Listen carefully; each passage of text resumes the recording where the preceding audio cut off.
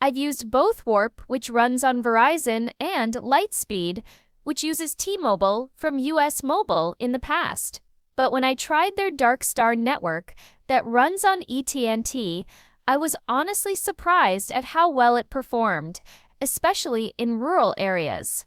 I travel a lot through small towns and countryside, and I found the coverage to be noticeably more consistent compared to the others. In fact, I've hit some impressive 5G speeds on Darkstar, up to 488 megabits per second in a few spots, which made streaming, gaming, and even hotspot tethering feel seamless. One of my favorite things about US Mobile in general, and Darkstar specifically, is the teleportal. It's a feature that lets you switch between the three networks: Darkstar on AT&T, Warp on Verizon, and Lightspeed on T-Mobile during your billing cycle. I've used it a few times when traveling, and it really helps make sure you're always on the network with the best signal where you are. It's honestly pretty genius, especially if you move around a lot like I do. There are some great perks with Darkstar too. I've had priority data on it, so I noticed fewer slowdowns even during peak hours when other networks sometimes choke. And switching devices is a breeze because they offer free eSIMs and easy network transfers.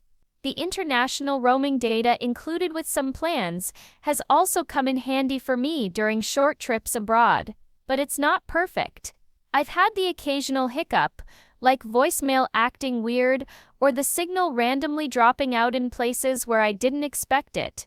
And one thing to know is that Darkstar doesn't support AT&T's fastest 5G+, so if you're in an area with those blazing speeds, you won't fully take advantage of them. After hitting your high-speed data cap, the throttling kicks in too, which I've noticed can be a pain when streaming HD content or downloading large files. Another small annoyance is that your phone doesn't say Darkstar anywhere, it just shows US Mobile, so you have to kind of guess which network you're on unless you dig into settings. Also, I had a minor issue with visual voicemail on one of my Android phones, which needed a cache clear to fix. As far as pricing goes, I think it's super fair. I started with the unlimited starter plan at $25 per month, which gives you 70 GB of high-speed data and 20 GB of hotspot. Later, I upgraded to the unlimited premium plan, also called the Endgame plan, for $44 per month. That one gives you truly unlimited premium data, hotspot use, and even up to 20 GB of international roaming, which I think is a great value considering the flexibility you get.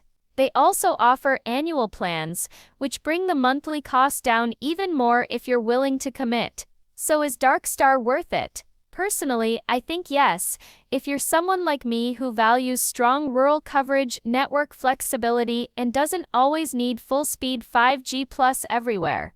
It's not flawless, but I've found it reliable enough for daily use, and the freedom to jump between networks is a game changer.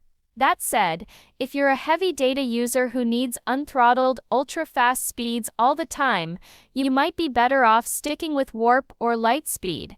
For me though, Darkstar has been a solid middle ground.